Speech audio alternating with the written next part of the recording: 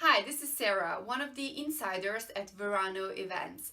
Today I'm going to talk about 5 smart ways to save on your wedding. Who doesn't want to save extra money, right?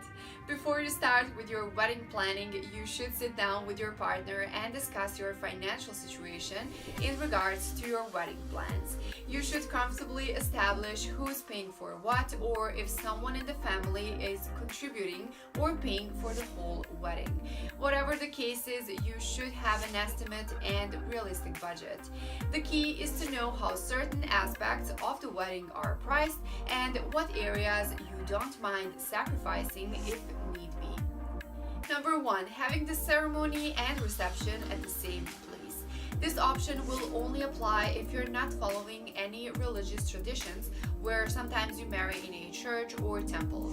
Vendors who need to go to 2 locations will charge more, so doing everything in the same location will definitely help you save extra bucks.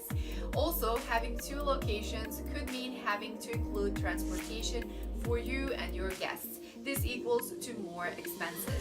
So if you don't truly envision yourself following certain traditions, then finding a place where you can hold your ceremony and reception is a big plus for savings. It would definitely be more convenient for your guests. Number 2, flowers. If flowers are not extremely important to you, why not having some non-floral arrangements? Non-floral centerpieces are much less expensive than floral, and there are endless options depending on the feel of your wedding. Also, this could be a good idea for guests that are allergic to some flowers. But if you definitely want to add some fresh flowers to your day, then you can have some real flowers in some areas of the wedding and use non-floral arrangements in other areas. Number 3, stationery. If you hire a graphic design company to make your own exclusive wedding stationery designs, then you will probably end up paying an arm and a leg. You pay for exclusivity this way. On the other hand, you can still hire a graphic designer who works with set templates that you can choose from. This is a great way to save and guarantee they will still be professional. Number 4, the wedding dress. You can save a lot of money by going with a non-designer gown. You can find beautiful dresses for less money when they have less embellishment, which usually raises the price. Also, I strongly recommend you buy your dress in person.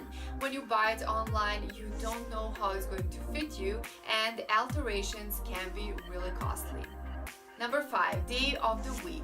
Getting married on a Saturday is very popular, whereby venues charge a higher fee.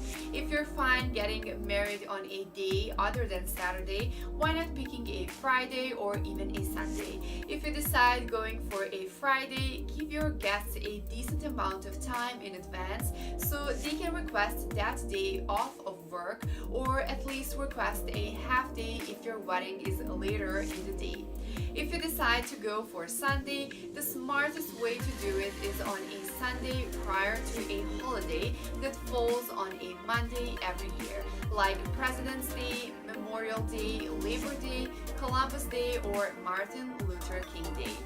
This way your guests will have Monday off anyway and can recover from a long night fun.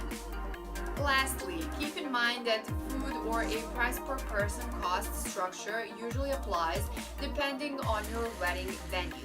This is a very good way to understand more or less a big chunk of what your wedding will cost when you add up the amount of people you want to invite to what the price per head is. Don't forget to add the tax and fees that most venues tack on as well. Plus, keep in mind that you need to add additional vendors aside from the venue's cost, such as photographer, makeup artist, hairstylist, and etc. That's all we have for today. Thank you so much for watching, and if you haven't subscribed yet, please do so or go to our website for more tips and ideas.